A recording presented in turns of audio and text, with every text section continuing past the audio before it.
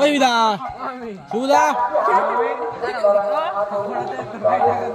ওই সুবিধা ডাল দাও আমার দিকে তো আছে ক্যামেরা ছাড়া কাকে কাকে দাও আর নি ওই তো নিয়ে চলতা ক্যামেরা দাও